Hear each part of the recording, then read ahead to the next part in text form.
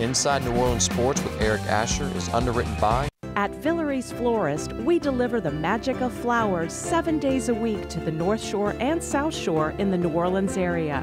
Whether it's for birthday parties, baby celebrations, Villeries provides colorful floral displays for all.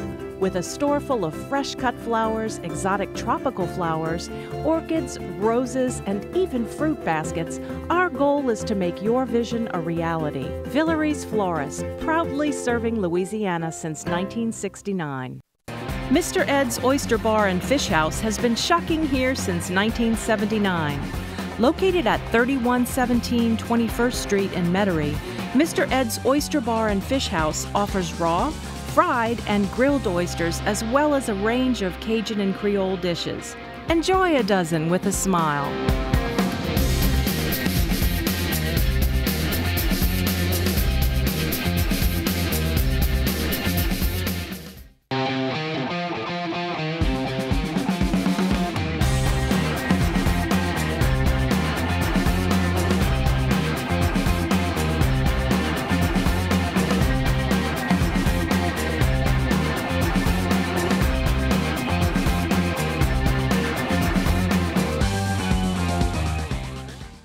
Good evening, New Orleans, and welcome to Inside New Orleans Sports. I'm your host, Eric Asher. Over the next hour, you know what we're doing. We're talking about the home teams, the New Orleans Saints, the LSU Tigers, the Tulane Green Wave, and the New Orleans Pelicans. And to break it down, one of the best we have in the city, Jeff Duncan, columnist for New Orleans Times-Picayune and NOLA.com, and of course the host of the Dat Chat podcast. Jeff, welcome to the show. Always good to have you, my friend. Yeah, thanks for having me. It's been a while. Been hectic. Yes. So it's good to be back. Well, and again, for folks that don't know, your podcast is on a Thursday normally. Right. Okay, so again, we're taping this show on the Wednesday before, so we're able to get you. But the podcast is going great, isn't it? Yeah, last week we were really privileged to have Archie Manning and Jim Henderson on. It was great to visit with both those guys, and what a treat. You know, those are two New Orleans sports institutions, so I could have gone 3 hours with them. We only had them for an hour. Right. And how can folks get involved with the podcast if they're looking for it? Well, they can get it on, a number of platforms. Spreaker, iTunes, go to NOLA.com. You can get it on Spotify. You know, these podcasts have become very popular right now, and I think it's because people can download them whenever they want. Right, at your leisure. To your point, a la carte listening. I know people that put them on when they go running, you know, or you're cleaning up around the house doing your honeydew chores. You can listen to it, so that's a good way to do it. You can listen to it on your own time. And it's excellent, by the way. Absolutely excellent. You got to check it out. Of course, columns for the New Orleans Times, NOLA.com. And as I mentioned as you came in today, you've been everywhere. It feels like you've been on the road. Every time I'm looking at the byline, it's another city. Yeah, it was fun going down. Covered the Cure Bowl down in Orlando. Great win for Tulane University, their first bowl win since 2002.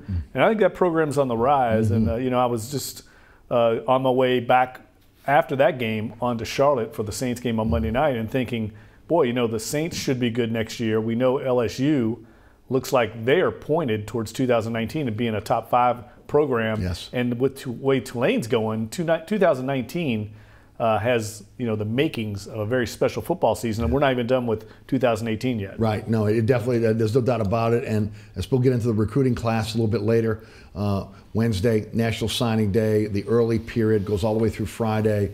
Both Tulane and LSU did really well. We'll get a little bit more in depth in that as we go forward. But we'll start with the Saints. Again, 12-2, looking to lock up the #1 seed, have home field advantage throughout the playoffs, playing in a dome until they get to Atlanta, and then there's another dome stadium, so that's beautiful for the Saints. But got to start off with something I don't think we've ever done, Jeff, on this program, you and I. The play of the defense. Wow, huh? Yeah, it's really been remarkable. I think you have to give a lot of credit to Dennis Allen and the coaching staff over on that side of the ball. And I think that's a very underrated factor in what's happened in this kind of second ascension under Sean Payton. You know, he had that run when they went to the Super Bowl, and then they had the run all the way through 2011. And they've got a lot of coaches poached off that staff. A lot of your talented coaches moved on. And I don't think Sean Payton did the best job of hiring. Maybe there wasn't a lot of candidates at that time, but he ended up purging a lot of that defensive staff and remade that defensive coaching staff, and certainly it's paid off. What we've seen this year from where this defense started the season to where they're at now, been pretty impressive, and I think Dennis Allen, the work he's done in kind of refurbishing that defense, I think is going to go is not going to go unnoticed around the NFL. I think he's going to get some head coaching offers, if not this year, certainly in the future. Yeah, and I would agree with Dennis Allen, but again, you could talk about Ryan Nielsen, what he's been able to do with the defensive line, Mike Nolan, obviously with the linebackers. You look at the defensive backfield the same way. Every level of defense playing top notch. And again, you hear Sean Payton talking a lot about how they are teachers, and it looks as though this time around that he's got some guys that are teaching, and the players seem to be, again, absorbing what they're being taught. 100%. I mean, it's a very smart group. It's a young group. So you figured they were going to get better. And I think it's without question the best front seven that they've had in the Peyton Breeze era. You know, the emergence of Sheldon Rankins, a defensive tackle, giving a counterbalance on that left side to Cameron Jordan, who brings it every weekend. I mean, the guy is so durable, so consistent and reliable. And then I think Demario Davis on the second level has given them a playmaker, and their run defense is just lights out. Yes. You know, it's there every week against whoever they play, and that sets the tone for everything else. Because, look, they've got some issues on the back end. There's no doubt. Every defense has some holes. The Saints' issues are pretty well documented. But because they are so good against the run, they can force teams to be one-dimensional. And then Dennis Allen can scheme up everything against the pass. That's what's been taking place. Yeah, what's interesting on the back end, with Eli Apple coming over, taking Crawley's place, an upgrade, I think we would all agree on that, is I think they figured out what he does well. And I think they've adjusted to that over the last few weeks. Yeah, I agree 100%. He likes press coverage, man-to-man, let him get out there. And look, you know, they haven't played a lot of elite quarterbacks lately. So that's helped as well. They're going to find out against Pittsburgh where that secondary is at. Because, I mean, they're going to face a team that basically just passes the ball, and they use the run to set up the pass. So I think we'll find out a little bit more about where this defense is at this weekend against the Steelers. But there's no doubt they've made progress on the back end. They're getting a lot of good play from P.J. Williams. P.J. Williams has really stepped in at that slot spot. He's very good against the run. And the more you look at that front seven and you bring in Von Bell, another good run defender, they've got a lot of good guys that can step up and stop the run. And then I think that just sets up the passing game. Speaking of Von Bell, he's come into his own this year as well. Yeah, and they're using him the right way. I mean, basically, he's the modern-day Roman Harper. Yeah. He's filling that same role. He's blitzing. He's up near the line of scrimmage. He's a very good tackler. They've got a lot of good tacklers on this team. P.J. Williams, excellent tackler. I think Demario Davis has been, you know, a real find. I didn't think they would have that kind of he would have that kind of impact coming in free agency. You wonder what the Jets were thinking, letting him go, because he's such a good run defender, such a good open field tackler, and he's a good blitzer as well. And you know, that game on Monday night, I thought it didn't look beautiful in some ways, 12-9. Yes. But when you watched it again, you could just see a lot of people playing very well on that side of the ball defensively, and really Carolina had no answers for him. And definitely on that linebacking core, it helps having Anzalone and Klein healthy. Both guys healthy, been able to play most of the year. Anzalone now, again, getting in his second year. You can see him, he's kind of getting it, and that helps as well. And then, look, Okafor looks like he's come back from the Achilles tendon injury. It took him a little while, but it looks like he's back. And Davenport, slowly but surely coming back from his injury. You know, we left out Tyler Davidson. David Onyemata's having a really good year right now. You know, it's across the board on all three levels. They're playing really good defense. And the stats bear it out, right? Over the last 6 games, giving up an average of 12.3 points per game, 280 yards per game, 14 takeaways, 28 sacks. Yeah, no, I mean, they're getting after the quarterback big time. And it's, you know, like you said, a bunch of different guys contributing. You have Rankins and Jordan that kind of do it every week. But, you know, every once in a while you get, you know, Demario Davis on the blitz. Davenport's coming along. Look, I think it's clearly the best depth they've had on this side of the ball. And they've stayed healthy on that side of the ball. Other than, you know, Patrick Robinson and Davenport, they really haven't lost hardly anybody on defense. I mean, this is one of the healthiest teams in the league. And this is what has to happen for you to have a special season. You have to get some breaks. You have to stay healthy. And I think the schedule's worked out for the Saints as well this year. So a lot of things going in their favor right now. And I think they're also playing very confidently, and there's something to be said for that. They weren't finding their footing early in the season. You can kind of tell the players weren't as confident, and right now they're playing with a swagger. Well, and not giving up explosive plays either, which really dogged them last year and for a time, of course, with Minnesota Miracle, and of course early in the season as well. Yeah, and look, that I think was a tweak by the coaching staff, by Sean Payton. I think somewhere along the line, and he's never told me this, but I think somewhere along the line he said, look, let's play Marcus Williams back as a center fielder, 15 yards off the line of scrimmage, and just don't give up anything cheap. Let everybody have to earn their way down the field, and that's what they're doing right now. They're forcing teams to put together 8, 10, 12 play drives, and they just haven't been able to do it. And again, they haven't played the top offenses lately. They've been playing a lot. I mean, Cam Newton on Monday night was awful. Right. I mean, he's not healthy. He was just awful, and the Saints knew it, and they didn't. They crowded the line of scrimmage, really got up in these receivers' faces, and it was a really good game plan by Dennis Allen. They have shut him down now for the rest of the season, and you could tell. I mean, they were just trying to keep him going to see if they get in the playoffs. He's done now. You've seen a lot of Saints football in your time here in New Orleans. A lot of us go back to the Dome Patrols, maybe the best defense in the history of this organization. I would still say that was and still is the greatest defense in the history of this organization. But where do you put this defense right now? I don't know. I mean, I think the best defense I've covered was the first defense I covered in 2000. That Leroy Glover, Joe Johnson group that led the Saints to their first playoff win under Jim Haslett. They had 66 sacks. I don't think that'll ever be broken in today's modern the way teams protect the passer so much better. That's the best defense I've covered. That was obviously after the Dome Patrol days, but it's certainly the best defense I think they've had under Peyton and Breeze. It's good across all three levels, and they've got playmakers at all three levels, and they're very opportunistic. I mean, that play by Von Bell the other night was just pure hustle. Yes. Big time hustle, run into the ball. A.J. Klein recovers the ball. I mean, those kind of plays they've been making consistently this year, and we always talk about it. Every NFL game for the most part in these modern games comes down to about 4 or 5 plays a game, and the Saints are making those plays, and that's why they're winning consistently. It sounds crazy to even talk about the offense sputtering, but they have sputtered over the last few weeks. Breeze hasn't thrown for 300 yards in a month. It was against Atlanta, 171, 4 touchdowns, 1 interception. Against Dallas, 201 yards, 1 touchdown, 1 interception. Tampa Bay, 203 yards, no touchdowns, 1 interception. And then Carolina, Carolina. I'll have to go. I don't have those stats here, unfortunately. Well, Carolina had 203 yards. Right. Passing. Yeah, 203 yards, right. So talk a bit about this. Everybody wants to point to the wide receivers. I do as well. The lack of separation, not coming back for the football has been one thing I've really seen, not giving Breeze an opportunity to throw them open by coming back to the ball. The inability to handle the physicality of cornerbacks right now. Jeff, you got a nice perch in the dome. You're looking down, you're seeing this, and you've been on the road games. What are you seeing out of this receiving corps?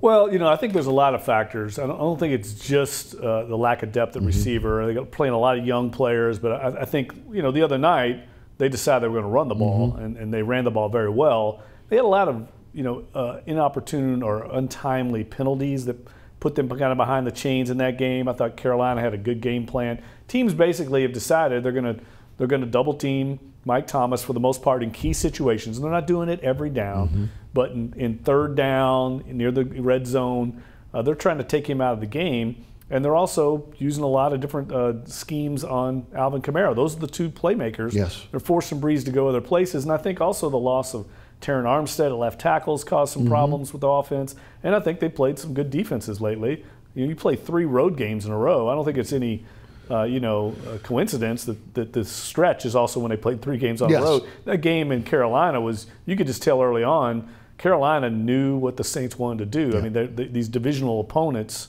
Same could be said with Tampa. Yeah, and we've seen the same thing out in Los Angeles with the Rams right now. I mean, the Rams were a house of fire early on, and lately their offense hasn't looked so good.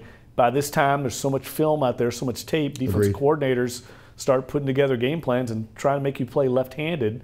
And I thought the Saints did a good job of that the other night, of basically saying we're going to be patient, we're going to lean on this defense, our defense is in control of the game, and we're not going to force anything. I think Sean Payton in his younger days might have been more impulsive, impatient, and made a mistake that might have led to more points for Carolina. Instead, he was patient, and eventually they were able to get control of the game. Do you think there's a trust factor with Breeze and these young receivers? Do you think he still trusts these guys? Oh, yeah, I definitely think he does. I saw him go up to Traquan Smith. He had a drop on a competitive catch. Yes. And I saw him, and Sean Payton really got in Traquan Smith's face. And Breeze went right up to him on the sidelines, and you could tell, encouraging him, basically saying, hey, I'm going to come back after you. But, this is the NFL, man. These are young receivers being thrust into a very complicated system on a big primetime stage like that, it's going to, I think expectations should be tempered a little bit that these guys aren't going to light it up. I mean, you know, most of them weren't high draft picks. Right. Well, Jeff, the reason why is because throughout the tenure here in New Orleans with Breeze and Peyton, they've been able to take these undrafted guys, they've been able to take these low draft choices and be able to turn them into bona fide NFL receivers here. Yeah, and I'm not saying that they won't be, but I mean, right away, I think it's, you know, I think in some ways, Traquan Smith having a couple breakout games raised everybody's expectations. Absolutely. And, you know, Keith Kirkwood makes a play here or there. And I think they'll continue to do that. This is a different team in the Superdome. They're getting ready to come back here, and they're going to play at least three games in the Superdome, maybe 4. And I think we'll see that offense get back on track playing there. And I think they'll do it against Pittsburgh because Pittsburgh has struggled to stop teams this year. They just had a big emotional win against New England. I think this is a great opportunity for the Saints to kind of get back on track offensively. How much of a difference can Ted Ginn Jr. make, and do you expect him back soon?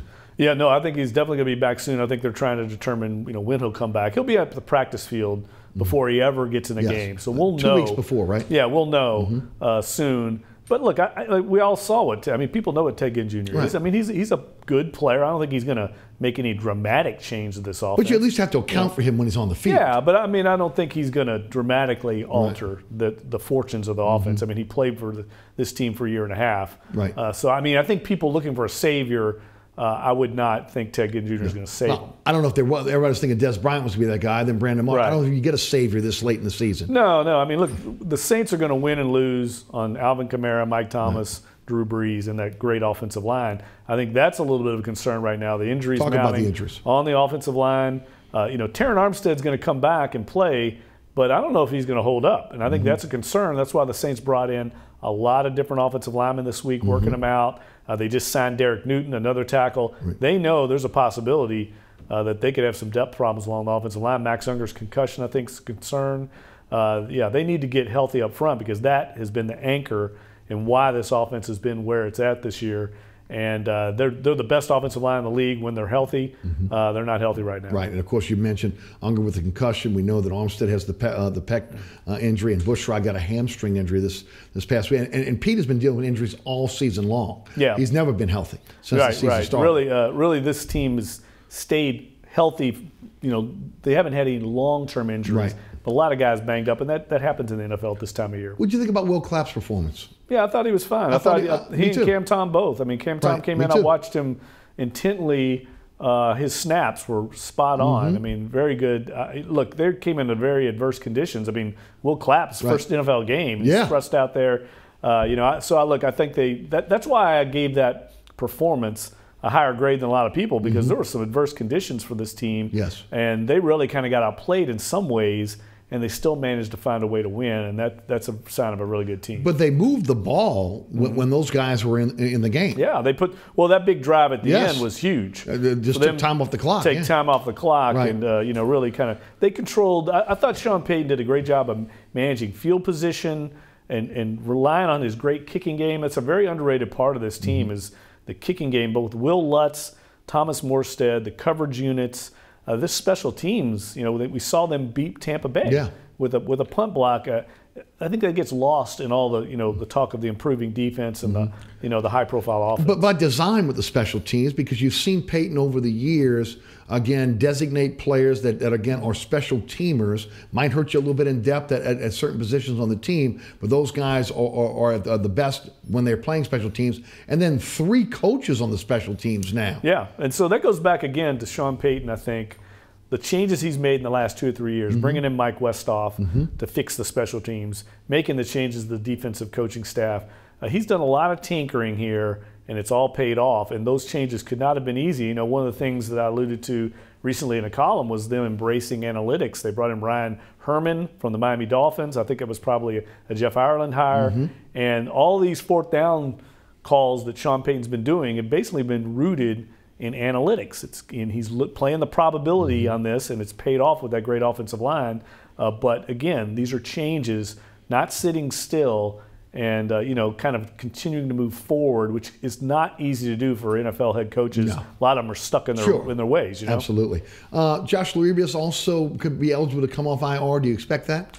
No, as far as I know, they can't take multiple guys off this. I mean, you can I thought it was two. It's yeah, only one? yeah, two guys, Right, but not beyond that. Right. So they got to make a decision. Ginn and Laribas would be the two. They haven't brought anybody else off. Well, I don't know. I don't know who they would bring back. Right. I mean, there's multiple guys they have on IR, but the guy that I think they're definitely looking at soon is going to be Ted Ginn Jr. Right. Let's talk about Taysom Hill, what he's brought to this team. You know, I wasn't, Jeff, I think you and I talked about it a little bit earlier. We talked about it on the radio show for sure. I wasn't, you know, when the talk of Taysom Hill being part of the offense, you know, I thought it was, you know, going to be something, you know, kind of cute, you know, every once in a while. He's been an incredible player for this team in terms of a spark. What he's been able to do on offense, especially in short yardage, giving the team another look. I mean, I never thought for a second that I'd be okay with having the ball taken away from a future Hall of Famer. But again, what they've done has worked. On special teams, the spark he's given them on special teams, whether it's returns, coverage, or again, blocking punts, this guy has done a lot for this team this season, especially when they've gotten into a little bit of ruts to give them a spark to get them over the top. Yeah, look, he's a great athlete, first and foremost. I mean, I think it has to be recognized. You got a guy that's like 6'2", 6'3", 225 pounds. He looks like a linebacker, can run a 4.5 40. This is an elite athlete, and they're utilizing him. I think you have to give a lot of credit, again, back to Peyton, Mike Westhoff, for recognizing, hey, let's get this guy on the field, take advantage of his athletic ability. Most coaches would let their third-string quarterback sit over on the sidelines and carry a clipboard, and Sean Payton decided, you know what, I'm going to take advantage of him. He basically is a better Tim Tebow is what he is. I mean, he's a great athlete, playing quarterback, and I can tell you right now, I mean, the Saints still believe he's their future quarterback, and they love Taysom Hill. So this is not just a wild card joker guy that they're going to move on from. They believe that they could do much like what Baltimore's done this year with Lamar Jackson. You wouldn't see the same offense under Sean Payton with Taysom Hill at quarterback as you would with Drew Brees. He's going to play to his strengths. And right now, this has given defenses, when they play the Saints, something else to prepare for. We saw him come in against Carolina, get a 17-yard run, a huge play in the game for them to convert a big third down. And Taysom Hill is just doing something different each week, and people have to prepare for him. Let's give a lot of credit to the front office as well. Jeff Ireland et al. You did a column recently, which I thought was a fantastic column, where you showed all the players that have been released by the Saints and ending up with other NFL teams. And I don't think we've seen that in New Orleans for a long, long time, where players are getting released and they're going on the active rosters of other teams. Yeah, I think it's 18 players now that started training camp with the Saints that are now playing in the NFL. Amazing. Yeah, you're right. That there were times where players just never. They just disappeared, right? they were bagging groceries at Rouse's, right? Right, and I think that's a real sign of what Jeff Ireland's doing. And you got to think at some point somebody's going to come after him and try and offer him a general manager job. I know he's really happy here, though. So it would take a really good situation for him to leave, much like Ryan Pace. Ryan Pace was very happy here, and it took an elite job with an elite organization like the Chicago Bears to get him to leave. He wasn't going to leave just for anything. I think the same thing would be true of Jeff Ireland. He would not leave, because I think eventually he could be the general manager here. Right. That's what I was going to ask. I mean, considering, again, Mickey Loomis over the Saints and the Pelicans, maybe, again, kicking him up to an executive vice president position over both clubs, and then having Jeff Ireland as the GM and Dell Demps or whoever will be in that place down the line as the GM for the basketball team. You'd hate to lose Jeff Ireland after you lost a guy like Ryan Pace. You mentioned, again, getting the coaching staff rated after they won the Super Bowl. The front office got rated as well. Yeah, exactly. That's what happens when you have success, and it's going to happen again here with some of the coaches you mentioned. Someone's going to come after Jeff Ireland. I think it's going to be hard to get him out of here, because I think he loves his role right now. He's not in the spotlight. He's not a big media. He's media shy is what he is. He doesn't really care about being the face of the organization, which is what you have to be when you're a general manager. Right now, he's all football. He comes from a scouting background. His father was a scout. And that's what he's comfortable doing, and it's paid off big time for this team. Just look at the last 3 drafts. Right. Yes. The entire core of this team is built around the last 3 drafts, and it's allowed them to pay Drew Brees the elite quarterback money that they are, and now they can kind of ride these rookie contracts for the next 2 or 3 years. They're getting ready to have to start paying people. Mike Thomas, Alvin Kamara, some of those guys. But right now, it's a really good situation with the cap. Yeah, no doubt about it. A lot of people upset about the Pro Bowl, the snubs. Of course, it was Brees, Jordan, Unger, Thomas, Armstead all voted. Some felt that Kamara should have been on that team, that Will Lutz should have been on that team, maybe a Sheldon Rankin should have been on that team. You know, you can look at Demario Davis, what he's done at the linebacker position. You know, as I said today on the radio show, you know, I wouldn't worry so much about the Pro Bowl. You want to look at the all-pro teams. Those are the ones, again, that the writers are looking at it, and it's legitimate. Those are legitimate teams with the Pro Bowl. Pro Bowl is more of a popularity contest. Right. But your thoughts? Well, I think Sean Payton said it best. Usually players, you know, it takes them 1 year that they deserve to make the Pro Bowl. They don't make it, and then they kind of get that year back on the back end of their careers, like a Fletcher Cox, who did not have a great year this year, but he earned it on his reputation, so he gets in. That's going to happen to some of these players down the road. I didn't think Alvin Kamara was necessarily a snub because I felt like the three guys that got in all deserve. Absolutely. There's only three spots on there. Will Lutz you can certainly make a case for, but those are tough calls. You know, Terron Armstead makes it, and he missed, you know, how many games did he miss? So, you know, I didn't feel like there was really a lot of snub. I think they have a lot of guys that are playing at that level that if they made it, you could certainly make a case for them, Sheldon Rankins. But it's just difficult. I mean, there are only 3 spots. And some of these guys, if the Saints don't make the Super Bowl, I think will be playing in that game as alternates. Right. There are 9 alternates right now that are in line, depending on what happens with injury or whatever. But again, if you're a Saints fan, you don't want the Pro Bowl. You're not worried about it. You want to be in that Super Bowl. And again, just pass that Pro Bowl right up. Let's talk about the second season. Possibility of looks they got the first round bye, possibly the #1 seed. We all know again how big that is for this organization. Well, I think the numbers speak out, right? Speak for itself. 5-0 at home under Sean Payton and Drew Brees in the Superdome in the postseason, and they're 1-5 on the road. I mean, I don't think anybody is going to beat this New Orleans Saints team if they're healthy in the Superdome. I just don't see it happening. They're a different team there. Really, no one's come close to them in the last 2 months of the season in the Superdome. I mean, they basically led wire to wire almost every game. They haven't even trailed for the most part in any of these games. I just feel like it amps it up to a different level. We saw it back in 2009. I mean, they beat the Minnesota Vikings in that game when they got completely outplayed. I think the dome field advantage in that game and the fact that the turnovers were so lopsided in favor of the Saints really carried the Saints in a game that they kind of got outplayed in. I think that'll happen again this year. I really don't see anybody coming in here in the NFC and threatening them. Well, that was going to be my next question. Teams that concern you in the second season?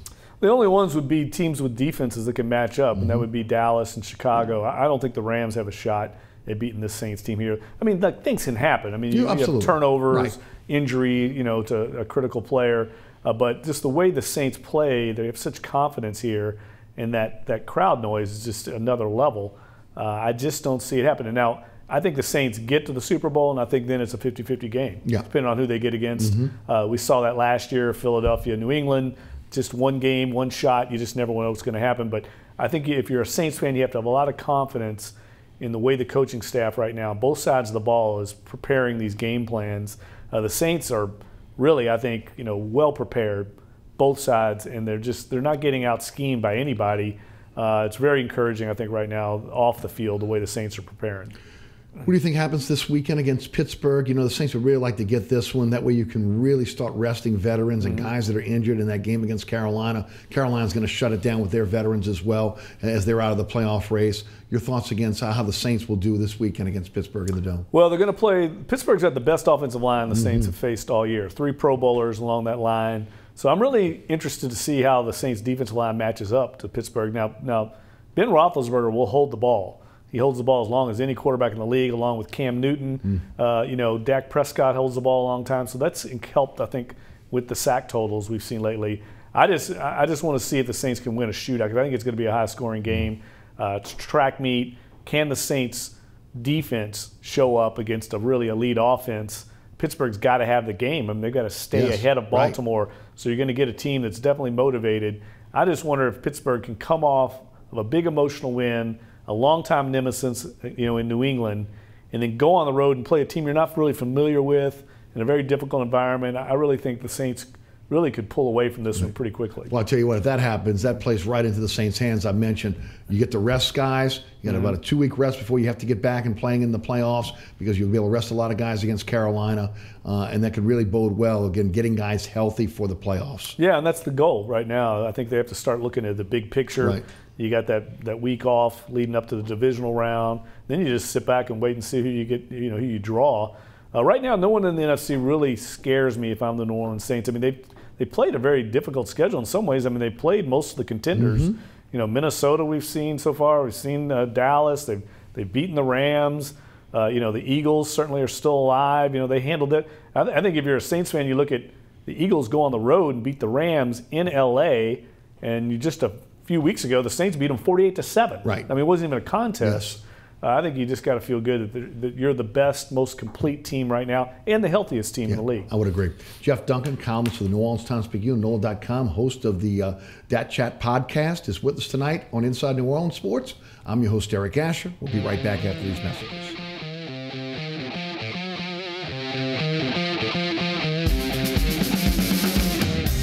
Air conditioning, heating, and refrigeration has been family-owned and operated since 1989. Burkhardt has energy-efficient solutions and offers brands such as Mitsubishi ductless AC units and Amana, the only manufacturer with a lifetime unit replacement warranty. Burkhardt's offers maintenance bundle packages that include servicing your AC, generator, and tankless water heater. For more information on the services Burkhardt's provides, visit acpromise.com. Burkhardt's Air Conditioning, Heating, and Refrigeration, providing comfort for life. Located at 3701 Iberville Street in Mid-City is Katie's Restaurant and Bar. Open 7 days a week, Katie's offers daily specials for lunch, dinner, and Sunday brunch. Serving New Orleans cuisine such as fried shrimp platters, grilled redfish, and a fully stocked bar. And don't forget about our expanded event seating and local entertainment. Featured on the Best of Food Network's diners, drive-ins, and dives, Katie's Restaurant and Bar. Welcome back to Inside New Orleans Sports. I'm your host, Eric Asher. Tonight, Jeff Duncan of the New Orleans Times-Picayune is our guest. We shift to LSU. Big day on signing period day for LSU. 19 of the 21 recruits that they were going after, they got some the number one recruit in the nation, Derek Stringley Jr. out of Dunham in Baton Rouge. They're waiting on a couple players. One, Ray Parker, tight end offensive tackle out of Ruston. He may be waiting until February. Maurice Hampton is a cornerback out of Memphis. He's waiting for the MLB draft. He may be in a situation where he's going to wait to see what the draft is before he signs a letter of intent with the college. They lost Noah Kane, running back, but again, one of the reasons why John Emery signs with LSU, he ends up Kane at Penn State, but for the most part, wow. Last year we were talking about defections. This year, give a lot of credit to Ed Orgeron. He built the fence around Louisiana. Yeah, they got a lot of momentum right now, I think, in the program. The key signatures, I think, in my opinion, are Stingley and Emery. I mean, obviously they need to get better along both lines, but Emery, I think, can come right in and play right away and give them like an elite running back, the one that they really haven't had since Leonard Fournette left, or since Derek Geisef, I should say. And Stingley, I think, helps offset the loss of Greedy Williams. Yes. He's probably going to step right into a starting spot. And look, this team, I think right now, this program is it's kind of got the swagger back, right? I mean, they're able to attract players. LSU should always be able to recruit. I mean, it's a great program. It's an elite conference. There's incredible atmosphere at Tiger Stadium. Players want to play in those kind of programs in that type of setting. You're going to match up against the best players in the country in the SEC. So as long as this state keeps producing the way it is, I think they're always going to be in a top 5 or 10 classes in the country. Right. And Jeff, this was huge because, again, to get these guys locked down on the first day of early signing period and not have to let it linger into Friday or into February, where, again, teams can negatively recruit players. This is really big. I mean, the narrative last year was, again, you had all these guys that you thought you were going to get, top players. A lot of those guys defected, ended up with other programs down in Alabama, etc. It wasn't that way this year. And Ed Orgeron had been pointing to this 2019 class, one of the best classes in the history of Louisiana. We'll see how that kind of pans out over the next few years. When you go to LSU now, like when you go to Alabama and other top schools, you got these guys for 3 years for the most part because they're going pro. So a lot of these guys will expect to be able to come right in and be able to contribute. You sign 8 of the top 10 prospects out of the state. The only 2 that are not are the 2 kids from a meet who are not going to sign until February. You got to like what Orgeron did. Yeah, look, and those 2 kids are going to be a battleground, right? Yes. Meet is going to be a battleground between doubt. Alabama and LSU. It's going to be fun to see how that plays out. But look, this state, they should get the top players here. I mean, if you want to play and you're loyal to your state school, there's no better place than LSU. I think Ed Ogeron's history as a great recruiter is bearing out here. His coaching staff now has kind of been together for a couple of years, so I think that helps. And they put an emphasis on this class all the way going back to last year. They've been working these guys for a couple of years. It's paying off for them. And now they got to try and keep up with Alabama. It's very difficult. Alabama now gets the best players in the country. Right. Well, they're number one right now. Yeah, they're getting LSU's number 4. And, right. and what, Georgia and A&M are right there. So those are the top 4 teams as of today with when it comes to recruiting. So I'm with you. So as much as you've made strides, you turn around and you look, and Saban and Alabama's got the number 1 class again. I know. They're getting kids from California. Right. I mean, they're recruiting from all over the country. That is a machine down in Tuscaloosa. But you can't worry about that. You got to take care of business here locally. And eventually LSU, if they get the top players in the state of Louisiana, they're going to be able to compete with anybody in the country. I agree. There's no doubt about it. I think they're a very good, close to great program. They're looking to be an elite program, and I think they've made some strides this year in terms of making that next step. From what we understand, from what we're hearing right now, only really maybe 2 possible defections to the NFL. Greedy Williams has already said he's going to the NFL. Devin White has not made a decision. Some are saying he's staying, but most believe he will go. But when you talk about guys like Rashard Lawrence and others, it looks Michael Divinity, a lot of those guys, at least right now, we're hearing they're probably going to stay. Well, I tell you what, those juniors stay. First of all, that's a little lanyard for you, because I mentioned a lot of those guys after 3 years are going to the NFL. You keep those guys for their senior year with this young class coming in, all of a sudden with that schedule next year, you're looking pretty stout. Yeah, the defense should be loaded next year, and they knew that all along. I think they expected Greedy Williams and Devin White to be part of the early departures. And I think those guys will both go. They're going to be top 15 picks or top first-round picks. It makes sense for them both to go. This team's been building for 2019 for a while. You have Joe Burrow back. The first time you've had a quarterback back, like that. And they just got to figure out a way, along both lines to be able to compete with Alabama. Who can do that? I don't know, but that really is what it's going to come down to. I think this team has a great shot, even with maybe a potential loss in Tuscaloosa to Alabama next year, of still getting in the college football playoff, because the schedule, as you said, is a little bit easier, I think, in some ways. Ed Ogeron keeps the momentum going, continue to recruit, continue to get these kids there. The next step of the program, really, and they got good news on that in the future classes, getting an elite quarterback, getting a dominant, high-level NFL caliber quarterback. They haven't had that. That's been the one difference, I think. Jeff, don't you feel that, because I do, that if you're going to attract that type of quarterback to LSU, you should also have a great quarterback coach? Yes. Okay, and I think that's one of the things they're lacking. Ensminger was a nice quarterback at LSU. It's up in the air on whether, what type of offensive coordinator is going to be. I'm still kind of wondering, what type of offense are they running at this point, because they seem to be changing on the fly here. But again, that, to me, if I'm at Ogeron, I'm looking to see if I can get the best quarterback coach out there that cultivates quarterbacks and get that guy at LSU. Yeah, somebody on the staff has to be with that kind of pedigree. Right. I think that's something that's missing right now. And until they can turn the corner on that, until they can produce NFL quarterbacks, I think they're going to have to continue to struggle to attract those kind of players to the program. That's something Alabama did for a while. I mean, they struggled for a while. Yes. And then they finally said, you know what, we've got to upgrade here, and they get Tua. And now they've got like a Heisman Trophy candidate. That's what's made them elite. Pardon me. I also think you have to define what type of offense you are as well. I mean, we heard it was going to be more of a wide open offense. It really wasn't. Now you got Joe Burrow running the ball 29 times. And I think that's also got to be defined as they go forward here. Yeah, and I think what happened this year with that staff is they decided, midway through the season, here's what we do well. This is what we're going to lean on. And that's probably smart coaching to get, once you get into the season, you realize, we're not an elite passing team. We're not going to be an elite passing team. This offensive line can't hold up that well. And so I think they've adjusted as the season's gone on. I'm not saying that won't be in the future, that they might not spread it out a little more when they feel more confident. Let's talk a little bit about the season itself. Talk about the season, 9-3. Obviously, you don't like losing to Texas A&M at the end. That could have went either way. The Florida game was a hard-fought game. Alabama's Alabama at this point. But your overall thoughts on the LSU season, 9-3 this year? Well, it's surprising to me. I mean, I think you have to, if you're an LSU fan, you have to be encouraged how this team played against that schedule. It's the best schedule I've covered at LSU in 20 years. Easily the most difficult, most challenging. To come out of it with just 3 losses. I mean, I think preseason I picked them 7-5. certainly didn't anticipate them going to a New Year's Day Six Bowl. So yeah, now you want to finish this thing off well. You got a difficult game against Central Florida. You don't want to go in the offseason with back-to-back losses if you can. But I think more importantly, they just need to play well against Central Florida, and they should be able to take care of business against that team, I would think.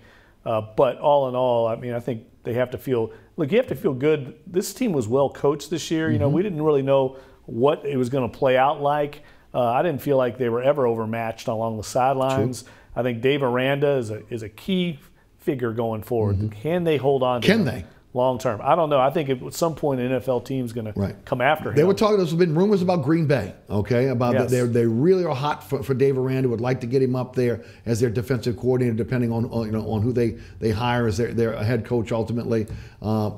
The question is he we've heard he wants to be a defensive coordinator in the NFL. Is that the next step for him? Well, he coached obviously at Wisconsin, so he's familiar with the state. I just think it's a matter of, who's going to be the head coach.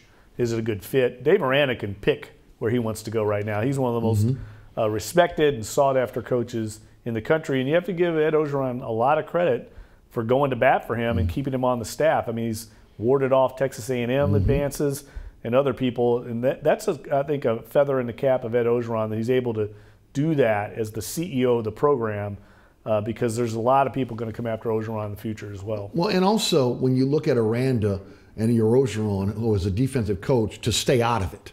Right. And to say, okay, that's your baby. I'm going to be the CEO, as you mentioned, and allow him to be able to handle the defense as he's done. He's done a pretty good job since he's been here. Let's talk a little bit of the bowl game. UCF would love to be able to beat an SEC team 2 years in a row, mythical national champions, etc. For LSU, it's big. You walked away from that Notre Dame game last year with a loss, gave a sour taste in a lot of people's mouths going into the offseason. You end up losing Surtain, changed the whole narrative of the program. Then you had all the arrests and the off-season issues. Didn't look good going into the season. Give Orgeron a lot of credit. He rallied this team together. They had a great season. But again, you got to finish it off with UCF in the Fiesta Bowl. Yeah, and look, UCF I think is a very dangerous opponent. They're going to be highly motivated, as you said.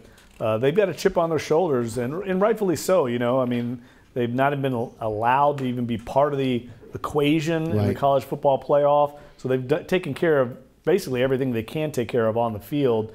This is a team, I don't care what level you're playing at. You win 25 games in a row, you're doing something right. Yes. These guys are going to have a lot of confidence after beating Auburn last year. They're not going to be awed at all, I think, by LSU. And LSU is going to obviously be missing their two starting corners in this game. The wild card in this whole thing is the quarterback for Central Florida. Yes. Obviously, they don't have McKenzie out there, so can this guy handle what LSU is going to throw at him? Dave Aranda's had plenty of time to prepare a game plan for him. They've seen this guy on tape now. Yes. He's a redshirt freshman. I'm sure he's a good player, but he hasn't encountered anything like he's going to encounter with LSU's athletes. Can LSU, put pressure on him and force him to crack in a big stage? Yeah. Let's shift to Tulane. Big year for Tulane. 7-6 overall, 5-3 in the AAC. Co-West champions in the AAC and Cure Bowl champions over the University of Louisiana Lafayette. You were at the Cure Bowl. Your thoughts? Well, I was really impressed with the way Tulane handled that game. I mean, I thought they dominated both lines of scrimmage. They looked like a team on a different level than Louisiana Lafayette. And I think that's important going forward. I think the column I wrote was basically saying, Tulane now can lay claim, I think, to being the second best program in the state of Louisiana, and they haven't been able to do that for 2 decades. And I think, and the reason I say that is I think even going forward, they're going to be even better next year. And I think that is important for them going into the American Athletic Conference to start contending in that Western Division. If they can contend for that title, which they were really one win away from doing this year, that I think is a great step in the right direction. There's some momentum in the program. You have to feel good about the coaching staff.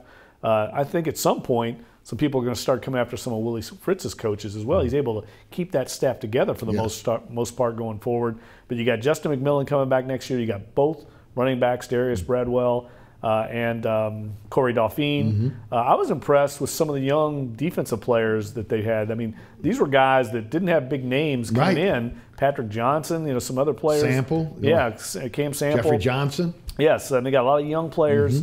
They built some depth there. So I think you have to feel confident that Willie Fritz and his staff know what they're doing. They're not going out and getting a bunch of big name recruits locally for the most part. They're hand-picking some guys from around the area.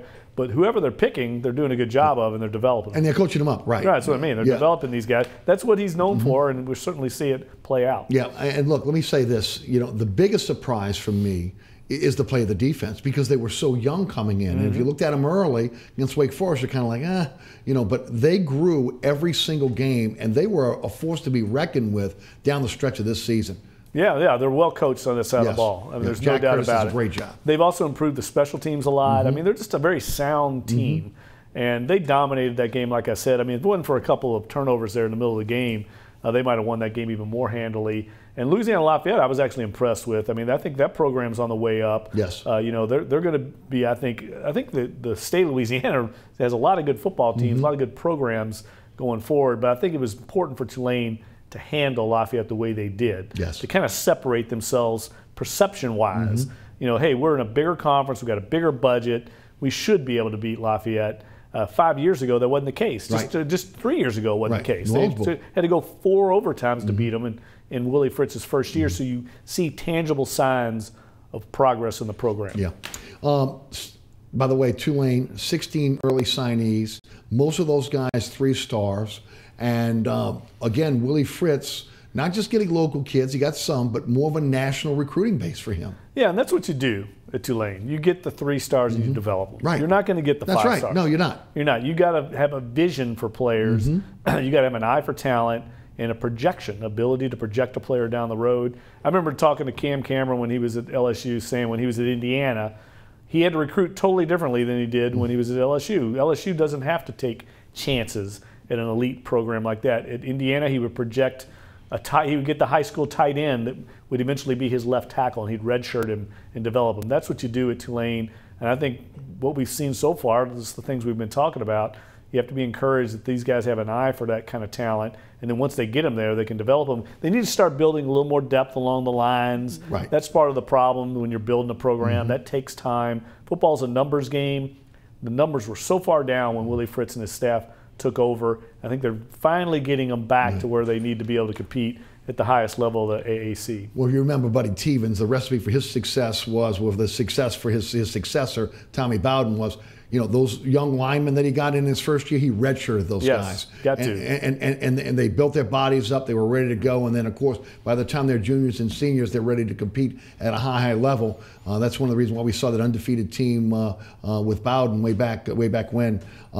Looking at Tulane now, they got to be building the same thing. Talk about Willie Fritz for a moment, because much like we saw with Tommy Bowden and other coaches at Tulane, when you have success, it's a stepping stone. Willie Fritz is 58 years old. You figure maybe 2 more years is where you're looking to see where that success, where maybe they could be playing at a really, really high level in the AAC. He'll be 60 years old. Do you think this is a place that he will stay, or do you think this is a stepping stone for him to another program? No, I definitely think he wants to stay here long term. I think he sees this as a place where he can win and win consistently for all the reasons that we know. I mean, it's in a great recruiting area. The state of Louisiana produces over 100 Division I prospects a year. I mean, it's amazing talent level in this state. They can't all get in Tulane, but there's enough of them that can, and certainly they can play at that level. And also, I think he recognizes it's a great institution. You can recruit nationally if you continue to build up the program, continue to win. You should be able to get players from all over the country in here. They can play to the strengths of the university, also based in New Orleans, a great destination city. All those things, I think, are what attracted Willie Fritz here. Willie Fritz didn't have to come to Tulane. He was doing well at Georgia Southern. Yes. He saw the potential here, and he and Troy Dannon, the athletic director, I think have a great relationship. He sees a lot of the positive momentum throughout the athletic department and the university as a whole. So I don't think he's got an eye for anything. I think he likes where he's at. I think he likes the American Athletic Conference, the competition level there, and in the western side of things right now. I mean, you got Memphis and Houston, who you really have to bang heads with. Right. And so I really think he feels like they can, their needle is pointed up right now if they can just continue to recruit and gain that momentum. Yeah, I would agree with you on that one. Interesting that he let longtime offensive coordinator Doug Ruse go. He had been with him for a long, long time on multiple staffs, going back to Georgia Southern. They bring in Will Hall as the offensive coordinator. It was reported by Fox 40 out of Jackson, Mississippi on Monday that he interviewed for the Ole Miss offensive coordinator's position. I was told by a reporter today on my show that he is expected to take that offensive coordinator position by Friday. Really kind of mind-blowing. Because, again, Willie Fritz went out and handpicked this guy. Of course, Will Hall is from Mississippi, got some ties to that state. Again, this is not confirmed. This is just a rumor at this point that he'll accept that position on Friday. But just kind of mind-blowing for, again, a guy to take a job at a university and then to turn right back around. And, look, there's no doubt. You go into the SEC to step up. I don't know about the stability with the Ole Miss coaching staff at this point because I think they're kind of teetering on the edge here. But again, that's kind of a story that's going to be developing over the next couple days. And just for Tulane, if you're a Tulane fan, you got to be a little bit upset the fact the guy takes a job and then he may end up going elsewhere. Yeah, it's really difficult timing, I would imagine. I don't know what the situation is. We don't know if it's set in stone at all. I'm sure Will Hall had a conversation with Willie Fritz about this, I assume. And I don't know if he's always wanted to coach Ole Miss. Obviously, Ole Miss SEC program. There's going to be a raise involved there. And he's a Mississippi native. Yeah, so there's a lot of things you could see why he would take that. But I would think Will Hall was handpicked by Willie Fritz. I mean, he really didn't interview anybody else. I mean, this was a guy that they targeted and went after. He's obviously well thought of. So it would probably be a setback for Willie Fritz. He'd have to go out and find another coordinator somewhere, a guy that had already been in the program for a few weeks. So, yeah, there's no doubt it's a difficult situation for them. Willie Fritz is going to have to make a determination if he does lose Will Hall, what kind of direction he wants to go with this offense, because I think he had obviously one plan in mind. He's going to have to go to plan B. Yep, no doubt. Let's shift gears to the Pelicans as we're taping this program. 15-16, they'll take on the Milwaukee Bucks on Wednesday night. Yo-yo season, win one, lose one. Jeff, you can blame it on the injuries. Obviously, Alfred Payton has been a big loss. Mirotic now trying to rest that ankle to get back 100%. Julius Randle now with an ankle injury. They've been beset by injuries for the most part.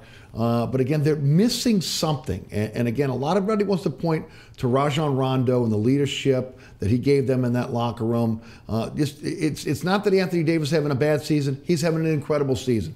The statistics are gaudy when you look at his what he's doing per night.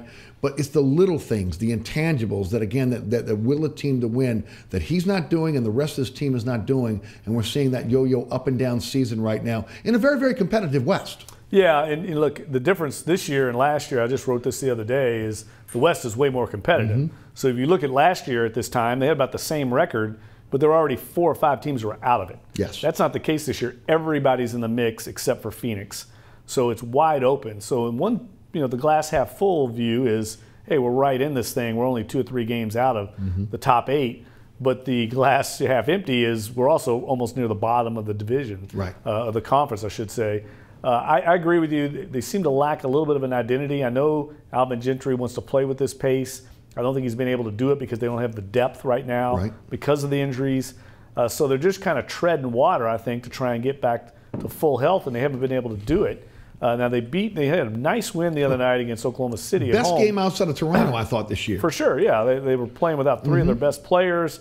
They still managed. I thought they played good defense in that game. Had a chance to, I think really, kind of get on a roll winning streak. And then they come and lay an egg against Miami, a few nights later. And I think they're really having trouble kind of recapturing the New Orleans market. I mean, they had a chance with the momentum they got last year. The offseason, I think they recovered from losing Cousins. They get Randall and, the native son and Alfred Payton. And I think they've lost that again. And I'm not sure people are going to buy in after what they've been through the last 3 or 4 years unless this team starts winning consistently. One respite that they have is a lot of people don't start paying attention until after the Saints are over. Saints are going to go into February now. So, again, all these trials and tribulations you're seeing right now, The average sports fan may not be paying attention. The diehard is, but the average may. So again, they may come back to the fold here. I love the way Randall's playing. I love his aggressiveness. I think he's been a nice addition. I like him better than I like Boogie Cousins because, again, he's in the paint. He's attacking constantly. But they're missing something. We've been told by published reports that the Pels have been the most active team on the market trying to be able to find someone or a group of players that can come in and help this team. December 15th was when things opened up again. Any player that was signed or traded for in the offseason became eligible to be able to be traded as of December 15th. How active do you think they'll be? Well, there's no doubt they're going to be active. I mean, Dell Demps is on the clock here. He's got to show Anthony Davis. Everything in the organization has to be based around trying to retain Anthony Davis. This is a generational talent. You've got him on the roster. I think Anthony Davis likes it here. I think he wants to make it work here. But he also knows, he's spinning his wheels. He wants to win a title. I mean, a player like that should win a title. And so I think there's a lot of pressure on Dell Demps to pull some kind of rabbit out of his hat. Can he do it? He's shown in the past that he can fleece some of these organizations, these dysfunctional organizations like Sacramento, Chicago last year with Mirotic. But those only happen so often. Can you do that again? I don't know if you can rely on that. I don't know what they have to offer to bring in a player that's going to make much of a difference. The market is what it is. And so I just don't know if there's going to be any kind of needle-moving trade that's going to change the fortunes of this team enough to make them a real contender. Well, with that, and also, again, with so many teams in contention still, not a lot of teams are going to want to be able to make trades. They're going to want to hang tight and see if they can make the playoffs and take the next step. You mentioned Anthony Davis's future. This week they play the Los Angeles Lakers. The theme this week has been going and joining LeBron in LA. 2 weeks ago, it was all about going to Boston and being part of that Boston Celtic team. What do you think happens with Anthony Davis? Well, I mean, I think it's going to come down to how this season plays out. I think it's too early to tell right now. I think it's going to be difficult for this team to retain him if they don't make a concerted, successful run at the playoffs. I think for all the reasons we just mentioned, he's a competitive guy. There's going to be a lot of pressure on him, I think, not only from his camp to get into a better situation, but I also think from shoe companies. I mean, shoe companies right now are heavily involved in these players' futures. They have a financial stake, and Anthony Davis, wasn't by coincidence that he ends up with LeBron James' agency. Nike's heavily involved in that. I think there's a lot of things going on behind the scenes that could influence where Anthony Davis ends up, and I think it's going to be important for this organization somehow to bring to the table some kind of deal that they can give him some confidence going forward, because everybody right now is watching Anthony Davis where he's going to end up. Gail Benson's been a quiet owner. Do you anticipate her being more aggressive, maybe going into the luxury tax threshold to try to keep him here? Well, I've asked about that in the past, and what I've been told, at least internally, is they don't have any interest in doing that. They don't think it's possible for them in their situation to consistently go on the luxury tax because of the business model, the way it shapes up for these small market teams. That's what they say. Yes. Well, we'll have to see. Right. Jeff Duncan of the New Orleans Times-Picayune, thanks so much for being with us. Thanks for having me, Eric. That's Jeff Duncan. Does a great job for the Picayune. Check out his That Chat podcast and, of course, his columns daily in the Picayune. Thanks so much for tuning in. Remember, there's a rebroadcast of this program each and every Friday night right here on WLAE-TV at 10 p.m. We're also on statewide Pelican Sports Television. That's 9 p.m. every Friday night. You can catch me on the radio, Sports 1280, 101.1 FM HD2, and the iHeartRadio app. That's weekdays noon to 2. You can listen live, download the podcast at ericasher.com, and all the previous episodes of Inside New Orleans Sports can be seen at ericasher.com as well. Special thanks to our underwriters, also to the WLE production staff, Ron Yeager, Jim Dotson, also Alex Chacon, Naila Jones, and my director, William Hill. Thanks so much for tuning in. Have a Merry Christmas. We'll see you next week for another edition of Inside New Orleans Sports.